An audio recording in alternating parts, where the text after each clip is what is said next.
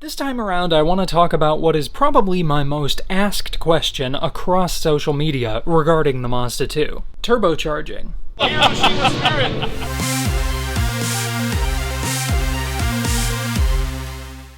When are you gonna turbocharge your 2? Turbo kit? Can you make a video showing me how to turbocharge my Mazda2? Boost! Make note now.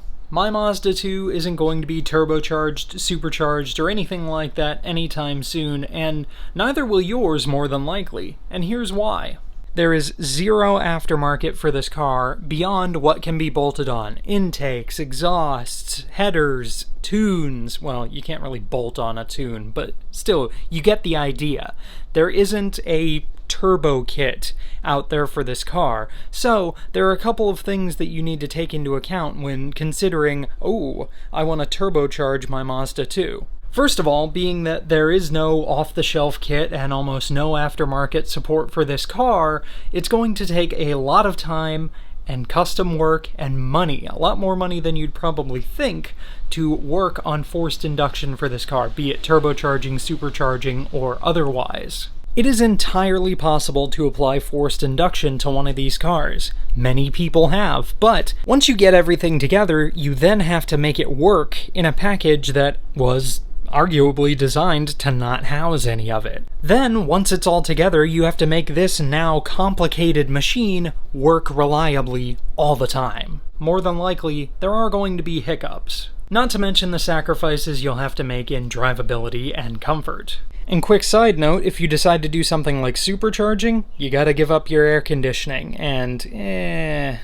are other miscellaneous costs that we're probably not all thinking of. You're gonna want to upgrade the clutch, for example. You're definitely going to want a limited slip differential, and that's $1,000 on its own without the labor to install it in the gearbox. Oh yeah, these gearboxes, they like to shatter around 180 horsepower in torque.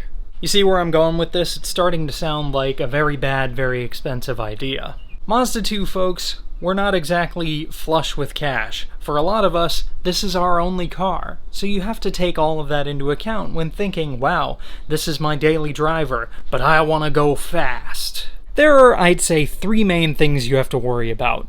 Do I have the $5,000 to $10,000 it's realistically going to take to make this happen? Can I be without my car for the duration of the time it's going to take to fabricate everything, put it all together, and make it run?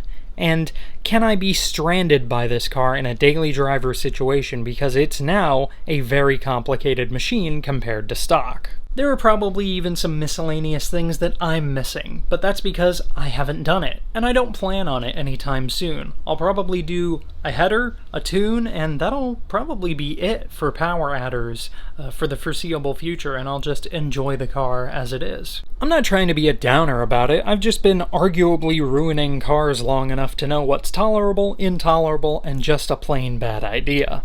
And with all this being said, I want to encourage people. If you've got the money, the time, the resources, and the patience, by all means, please turbocharge, supercharge, whatever your Mazda2. I love these cars a lot, I love the community, and I like to see wild things. I like to see people do this kind of stuff. If I had the money, the time, and all that, if this was a second car, I'd absolutely be messing around with all this, but I don't. So, the people that can, I more than encourage, and I hope they do. My advice to Mazda2 owners who want to go fast, sign up for an autocross, or even better, a track day. Get some driver's education, learn the limits of your car, and I guarantee by the end, you'll have a different perspective of what going fast actually means.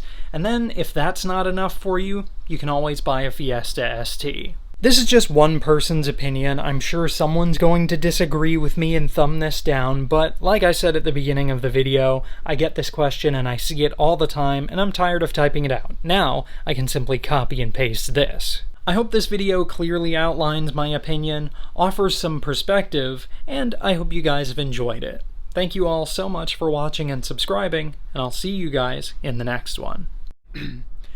First of all,